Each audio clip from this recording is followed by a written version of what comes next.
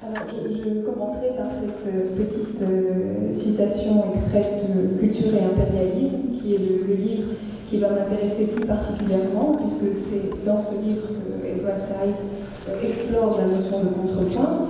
Et il a cette formule qui me semble tout à fait intéressante et pénétrante, je le cite. Il dit la chose suivante: la survie est affaire de connexion entre les choses. La survie est affaire de connexion entre les choses. Alors, cette connexion, précisément, n'est pas toujours visible, n'est pas toujours apparente. Donc, tout l'enjeu est de donner à voir la connexion ou les types de connexions qui peuvent exister entre les choses. Et c'est exactement ce que fait Edward Said. Mais encore, évidemment, faut-il s'entendre sur les modalités de cette mise au jour, sur les modalités de cette archéologie. Pour Said, c'est finalement assez simple. Cette archéologie, cette exhibition, cette exhumation, elle a pour nom contrepoint. Il s'agit pour lui, donc, vous le savez, vous qui êtes présents ici, aussi bien que moi, sinon mieux, mais disons pour le rappeler vite, puisqu'il le faut quand même, il s'agit de révéler, au sens chimique du terme, la singularité fondamentale des entités, des récits qui peuvent exister. Donc pour Said, c'est essentiellement au travers de la littérature, des voix qu'il appelle discordantes, mais au sein de l'histoire aussi avec un H majuscule, bien évidemment, parce qu'on ne peut pas comme ça dissocier l'histoire et la littérature. Alors cette approche, c'est une approche de type contrapuntique qui intéresse le contrepoint, au sens que la musique classique donne à ce terme, à cette notion de contrepoint.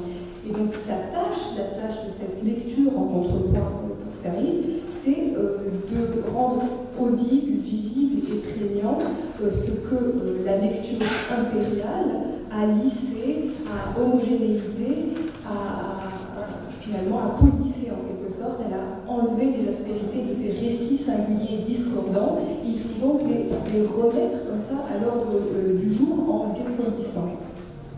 Ces récits singuliers, comme j'ai dit tout à l'heure, ils sont discordants, ils s'excluent mutuellement, et c'est ça qui est intéressant pour Said, c'est de montrer justement comment ils se confrontent, et dans le contrepoint, il y a contre, bien sûr, et ce, indépendamment de la trame commune qui les lie. Donc le contrepoint, c'est cette lecture qui va donner à voir la singularité, tout en gardant, bien sûr, la trame commune qui lie ces accords, c'est-à-dire ces récits singuliers. Alors ceci, je vais l'expliquer très rapidement parce que c'est une idée qui est assez connue, c'est la thèse de Said. Et par la suite, j'essaierai de montrer, mais vraiment de manière hyper humble, ce qui me semble être finalement l'impensé de la méthode contrapuntique, du contrepoint, ou plutôt, disons, plus charitablement, son angle mort, c'est-à-dire ce qui manque à cette notion de contrepoint pour véritablement être cet outil qui va rendre compte de la différence. Ce qui manque, c'est à mon avis quelque chose qui s'apparenterait à une réflexion bien réelle sur la notion d'hybridité culturelle. Il manque à Said, en quelque sorte, cette réflexion sur la notion d'hybridité culturelle. Mais bon, bien évidemment, je vais tempérer ce propos dans un deuxième temps, puisque mon but, à travers le titre, vous l'avez vu, c'est d'essayer de sauver le soldat contrepoint. Donc je vais tempérer cette limite dans un second temps, en essayant de montrer qu'il y a quelque part chez Said quelque chose qui permet le sauvetage, entre guillemets, et c'est ce que j'ai essayé d'appeler une certaine spatialisation de l'hybridité, qui est thématisée, qui est explorée par Said à travers la notion bien connue d'entre-monde. Et c'est à travers cette notion que le sauvetage, si je puis dire, peut être initié. Et enfin, je vais clôturer mon propos en montrant que le sauvetage ne peut être réellement effectif, si j'ose dire, que si l'on accepte de faire quelque chose que Said n'a pas fait, c'est-à-dire de sortir le contrepoint de son ancrage classique au sens de la musique classique. Et j'essaierai de montrer, en fait, mon hypothèse est la suivante. J'essaierai de montrer que ce que Said appelle le cantus firmus, pas plus français, par lequel Said envisage son rapport particulier particulièrement à Joseph Conrad, mais aussi plus généralement par lequel il thématise, il explicite la notion d'entre-monde, ce cantus firmus, nous allons voir de quoi il retourne exactement, parasite en quelque sorte, hein, vraiment c'est le mot, il parasite de manière dommageable, de manière dommageable, malheureuse, l'entreprise de sauvetage du contrepoint. Et je finirai en montrant que c'est peut-être en inscrivant ou en insérant le contrepoint dans un groove jazzy, hein, en le sortant de la musique classique et en l'insérant dans le jazz, que l'on pourra véritablement sauver le soldat contrepoint. Alors très rapidement, quelques mots sur le contrepoint pour initier cette présentation. Le contrepoint, finalement, pour le dire très très vite, hein, c'est une dérivation au sens mathématique du terme de la thèse générale qu'on trouve dans l'orientalisme. Une dérivation donc, qui est formulée pour la première fois dans Culture et impérialisme, sous la forme d'une métaphore musicale. Et vous avez donc la citation 1 qui explicite de quoi il retourne, et donc il donne les détails de cette métaphore musicale. Et l'idée, elle est très simple, c'est finalement, il est tout à fait possible, pour peu que l'on soit attentif et de bonne volonté et de bonne foi, il est très possible, lorsqu'on écoute un ensemble harmonique, de lire, d'extraire, de sentir, d'écouter les lignes mélodiques qui composent cette harmonie, c'est-à-dire d'arriver à sentir la singularité des accords qui se superposent les uns aux autres pour, in fine, former la mélodie. Et donc, cette métaphore, elle est appliquée au sens fort du terme à la littérature. Hein. De la même manière qu'il est possible de lire les accords singuliers qui se superposent au sein d'une mélodie, il est également tout à fait envisageable, en littérature, de lire les romans de la même manière, c'est-à-dire d'exhiber, de parvenir à exhiber des points de vue singuliers qui composent les romans, ou la littérature d'une manière générale, de les exhiber, de les extirper sans pour autant nuire à la trame commune, à l'intelligibilité globale qui donne sens à l'ensemble des récits hein, qui forment cette trame, c'est-à-dire les récits impériaux, entre guillemets, officiels, centraux, et les récits subalternes ou alternatifs, donc pour utiliser le mot de Serry. Et donc le contrepoint se conçoit comme une sorte de réhabilitation de ces récits qui sont pas tant finalement marginaux que marginalisés, hein. Ils sont marginalisés par la lecture impériale, mais ils ne sont pas marginaux, dans une sorte de reading back, c'est l'expression de Serry, qui donc légitime et donne une vie réelle à ces récits alternatifs.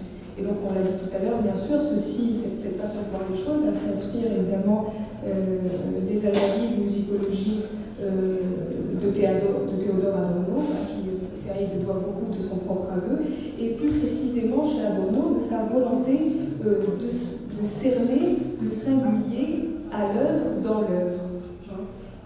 Et donc, finalement, c'est l'œuvre qui conduit à la théorie hein, pour Adorno et non pas l'inverse. C'est la citation 2 que j'ai oublié de mentionner.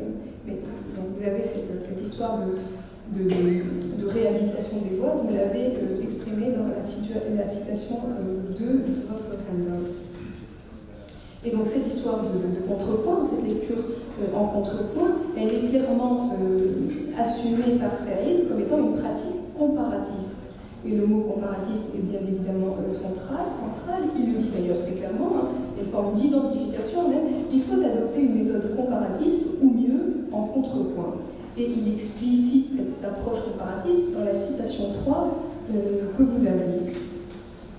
Et donc voilà, il s'agit pour lui, pour le dire vite, maintenant on voit à peu près de quoi il retourne, hein, d'avoir une sorte de conscience simultanée de l'histoire de la métropole et des histoires qui sont assujetties et occultées des autres, des indigènes, entre guillemets, et grâce à ce mouvement polyphonique du contrepoint, de cette contre-lecture qui pénètre à l'intérieur des textes, hein, nous allons pouvoir lire de manière claire le récit impérial et la perspective, d'un autre côté, post-coloniale, pour marquer comme ça, de manière plus ou moins, comment dirais-je, pour marquer la présence plus ou moins discrète de l'impérialisme dans cette culture canonique ou dans cette archive occidentale, pour employer l'expression de Serre.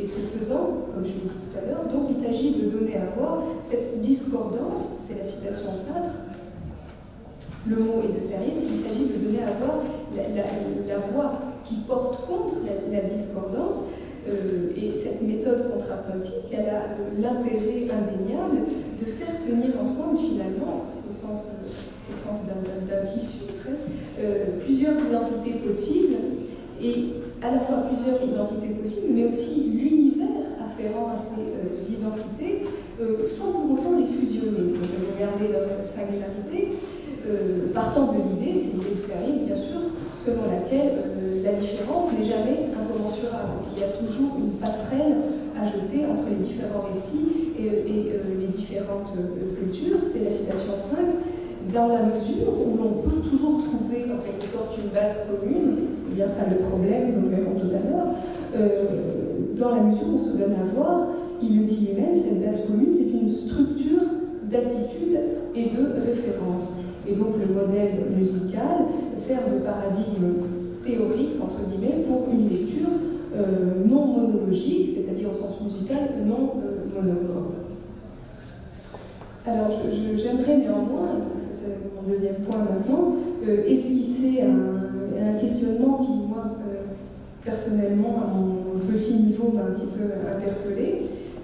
Il est vrai que la notion du contrepoint, c'est une notion séduisante, mais il me semble qu'elle est affaiblie, si on peut dire, si on peut oser ce terme, par la conception des cultures qui est défendue par Edward Said. Alors, je m'explique, je vais essayer de montrer de quoi il retourne maintenant. Et donc, Said, comme vous le savez tous, hein, enfin, j'enfonce un petit peu des portes ouvertes, mais parfois c'est pas plus mal. Said pense les cultures comme étant foncièrement hybrides. Et c'est ce mot qui me gêne. D'ailleurs, quand je disais culture et impérialisme de manière particulière, mais aussi ces autres livres, vous allez trouver des occurrences innombrables de hybride, hybridité, etc., de ce champ lexical, finalement, du métissage. Et à titre d'exemple, vous avez les citations 6, 7 et 8, dans lesquelles on perçoit cette prégnance, cette importance de la notion. Et donc, il apparaît finalement clairement, me semble-t-il, que l'hybridité se conçoit d'abord et avant tout comme la justification ontologique, si on peut dire ontologique, de l'articulation qui est faite par Said entre culture et impérialisme. Et d'ailleurs, si on rentre un peu plus dans les détails et qu'on examine les occurrences de la notion d'hybridité lorsque Said les associe à des œuvres, on va retrouver de manière prégnante cette notion d'articulation et de métissage. Par exemple, pour Heart of Darkness de Conrad, il dit à propos de ce texte, je cite, un texte si hybride, impur, complexe. Ou alors, s'agissant de Ride, l'opéra de Verdi, il dit, je cite, une œuvre hybride, radicalement impure. Et donc, cette hybridité, elle est première, et donc comme telle, elle légitime, si on peut dire, la méthode comparatiste du contrepoint. C'est précisément là, à mon avis, que réside le problème.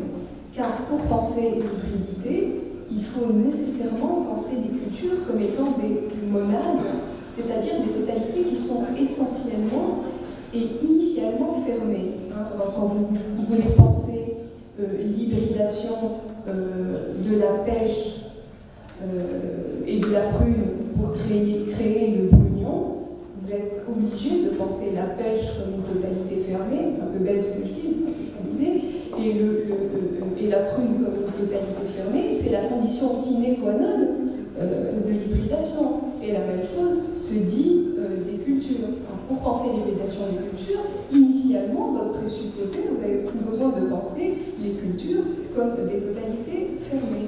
Alors évidemment, c'est une thèse que défend une certaine anthropologie, hein, qui n'est pas évidemment Lévi-Straussienne, mais on la trouve clairement exposée un peu partout, presque.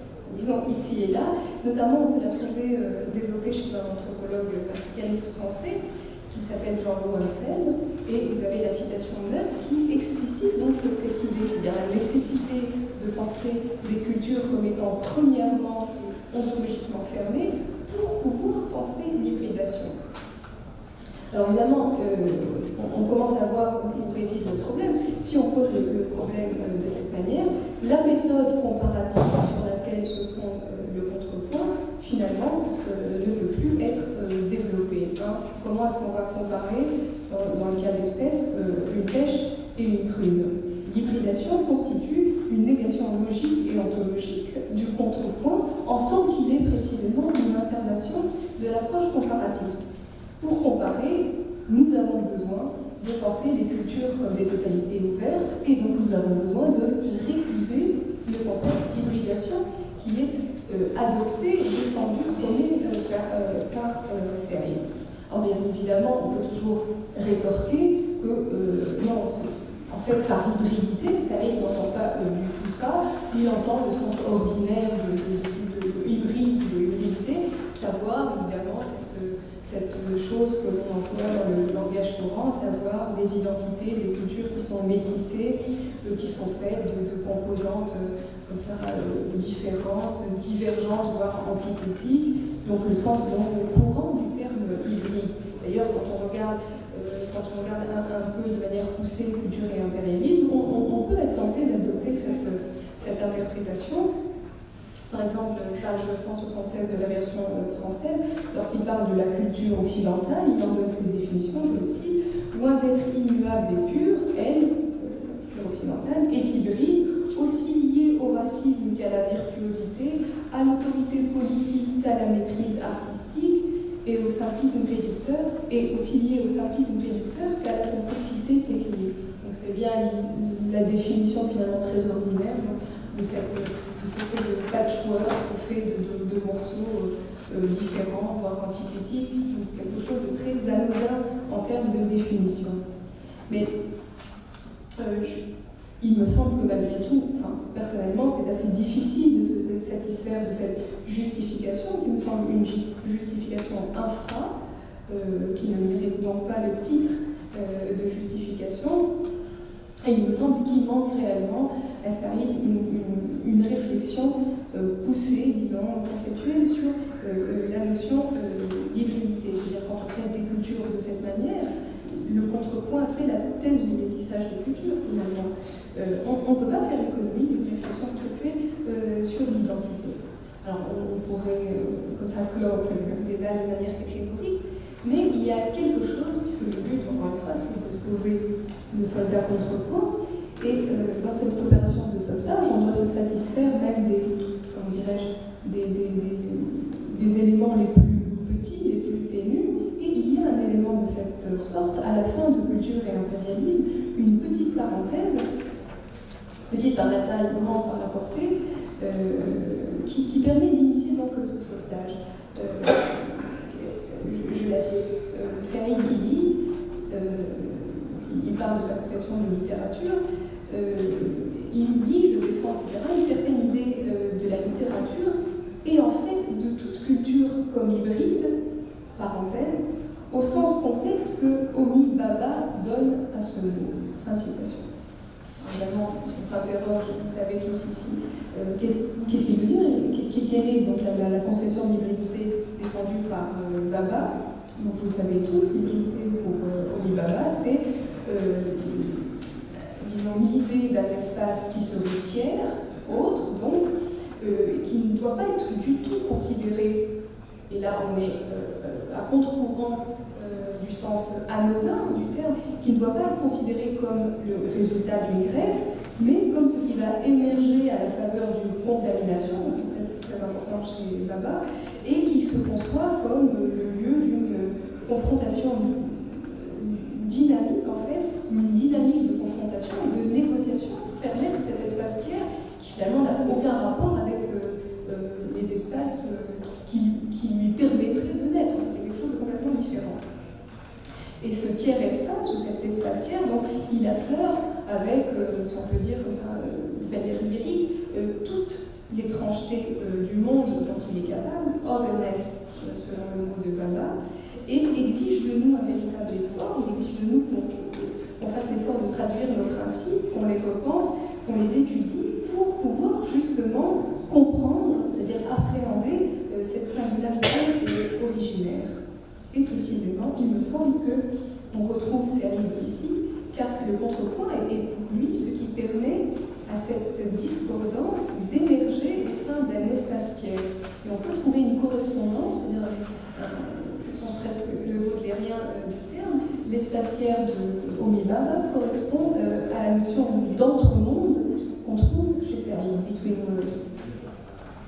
Et il me semble que c'est cette spatialisation de l'hybridité, en quelque sorte, qui permet de sauver, de commencer à sauver le contrepoint séridien. La mélodie contrapuntique de Serid habite ce lieu autre, et pourtant plein d'aspérité, ce lieu un peu étrange, dans lequel les choses entrent en confrontation les unes avec les autres et créent de la dissonance. Et ce qu'il y a d'intéressant et qui fait sortir donc le contrepoint séridien de cette espèce d'hybridation initiale que nous récusons, c'est l'idée que tout en célébrant les récits, je ne sais pas, la singularité des récits centraux et la singularité des récits alternatifs, il ne célèbre en réalité ni l'un ni l'autre. Et c'est ça qui est très fort, parce que le but, ce n'est pas de remplacer une hégémonie par une autre, mais d'aller plus avant, d'entrer dans ce qui est au-delà, selon la formule de Baba. Et on peut trouver cet au-delà, encore une fois, lorsqu'on lit, par exemple, et ça m'a un peu frappé, les réflexions sur l'exil de Serid, lorsqu'il parle de Conrad et il parle de lui-même, et il dit, c'est très étonnant, il me dit, je me conçois moi-même comme une sorte de créature mythique, hein, je ne sais pas qui je suis, un genre d'unicorne, hein, c'est son mot, ou encore, dit-il, une variation désespérée et étrange sur l'être humain. Et ce positionnement, explique-t-il, le fait être définitivement au-delà, et c'est ça qui nous intéresse, il ne le situe pas, je le cite, en dessous du parapluie qui abrite nombre de mes contemporains. Mais il le situe, et c'est ça qui nous intéresse, dans cet ailleurs contrapuntique, c'est-à-dire un univers sans harmonie, c'est cela le contrepoint de Serid, c'est un univers définitivement sans harmonie, où il faut travailler à trouver les bons accords, c'est-à-dire les récits singuliers. Mais ceci, malheureusement, me semble-t-il, n'achève pas de sauver le soldat contrepoint, parce qu'il y a une idée qui est un peu dérangeante quand elle est exploitée au maximum chez Serid, c'est l'idée que, en fait, tout ceci, enfin, l'entreprise qui consiste à faire émerger ces accords dissonants et ces récits singuliers, elle n'est possible que parce qu'existe initialement une base polyphonique commune. Et cette notion existe en musique classique, ça s'appelle le cantus firmus. C'est le fait qu'effectivement, chaque accord singulier peut vivre sa vie, mais c'est bien parce qu'à la base, il y a une base, justement, un fondement mélodique commun qui permet de faire tenir les choses ensemble. Et lorsqu'on lit ce que dit Serid de Joseph Conrad, qui est en quelque sorte son alter ego, c'est bien ça dont il s'agit, il explique que pour lui, Conrad, c'est un cantus firmus, et il lui dit, je le cite, c'est-à-dire une basse obstinée et stable. Dans ses expériences, à lui, Serid. Et donc, il s'agrippe en quelque sorte, point par point, à Joseph Conrad. Donc le contrepoint saridien, qu'est-ce que c'est? Alors maintenant on peut le reformuler. Il est ce qui permet aux accords de vivre dans leur singularité musicale, mais pour peu qu'ils soient sous-tendus par cette base commune qui est le cantus firmus, dans lequel ils viennent se fondre. C'est cela, hein, nécessairement, au moins en partie. Et donc, à la base, nous étions contents parce que nous avions une forme de holisme individualiste, c'est-à-dire une trame commune qui lie le tout, et maintenant, et permet au récit singulier de s'exprimer. Maintenant, nous avons malheureusement un holisme collectiviste, c'est-à-dire que les récits singuliers sont finalement un peu fondus, hein, pour dire gentiment, dans la trame Je n'ai plus que 5 minutes, hop, je vais lancer 3 idées, et tant pis. Mon idée, c'est qu'on peut malgré tout essayer et finaliser le sauvetage du soldat contrepoint si on le sort de son ancrage classique, puisque c'est un conservateur, c'est un classiciste, et si on l'insère dans le jazz, en fait, dans un groove jazzy. Et ce qui m'a interpellée dans cette histoire, c'est que je me suis intéressée un peu dans le temps à l'histoire du jazz, et j'ai trouvé le jazz de la Nouvelle-Orléans, et j'ai trouvé que les familles originaires de la Nouvelle-Orléans, comment dirais-je, pratiquaient quelque chose, une habitude qui s'appelle le bumbo yaya. Ça signifie que tout le monde parle en même temps. Donc ils se réunissaient, toute la communauté s'est réunie, et on a l'impression que c'est une espèce de cacophonie parce que tout le monde parle en même temps, personne ne s'entend, mais en fait tout le monde s'entend très bien. C'est-à-dire on arrive à isoler, chacun arrive à isoler sa propre conversation et c'est une espèce de brouhaha, et tout le monde continue quand même à comprendre, à se comprendre, à s'entendre et à entendre les autres. Et le dialogue est tout à fait possible. Et là, le seul moment où la conversation, entre guillemets, s'arrête, cette conversation polyphonique, c'est quand quelqu'un n'arrive pas à répondre à une question, et non pas quand quelqu'un ne comprend pas ce qu'on lui dit, hein, ce qui est effectivement tout à fait différent. Et c'est ça, en fait, qui informe le jazz. Dans le jazz, il n'y a pas du tout de cantus firmus, il n'y a pas du tout de base polyphonique commune. Et c'est à mon avis cet ancrage et cette idée qui fait défaut à Serrid. Bien sûr, le contrepoint de Serrid, bien sûr, Serrid fait une place, je dirais, conceptuelle à l'idée d'improvisation quand il étudie le contrepoint au niveau de la musique classique, notamment lorsqu'il s'intéresse à Glenn Gould, etc. Mais toujours, ce contrepoint est sous-tendu par cette idée de base polyphonique commune, ce qui limite l'improvisation et qui rend l'inventivité, entre guillemets, finie.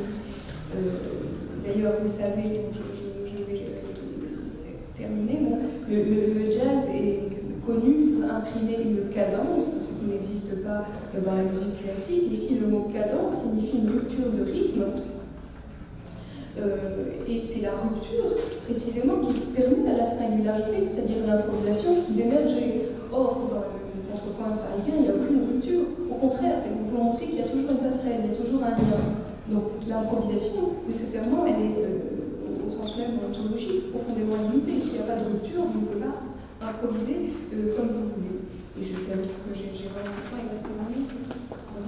Vous savez que Serrid, en bon élève d'Adorno, n'aimait pas le jazz. Peut-être lui manquait-il justement de sortir de ce conservatisme, de cet élitisme de la musique classique pour donner au contrepoint sa véritable identité, sa véritable prééminence. Il le dit, je termine par cette phrase hyper humble de Serrid et qui n'est pas sans rapport avec ce style tardif, empreint d'humilité qui était aussi le sien. Il dit « Je ne suis pas vraiment intéressé par le jazz, c'est très très étrange, dit-il, je trouve cela très troublant car je sens que je devrais être intéressé. » Et effectivement, on a envie de dire oui, vous auriez dû être intéressé, mais évidemment cela n'enlève rien à la pertinence de ces analyses pionnières sur la singularité qui doit émerger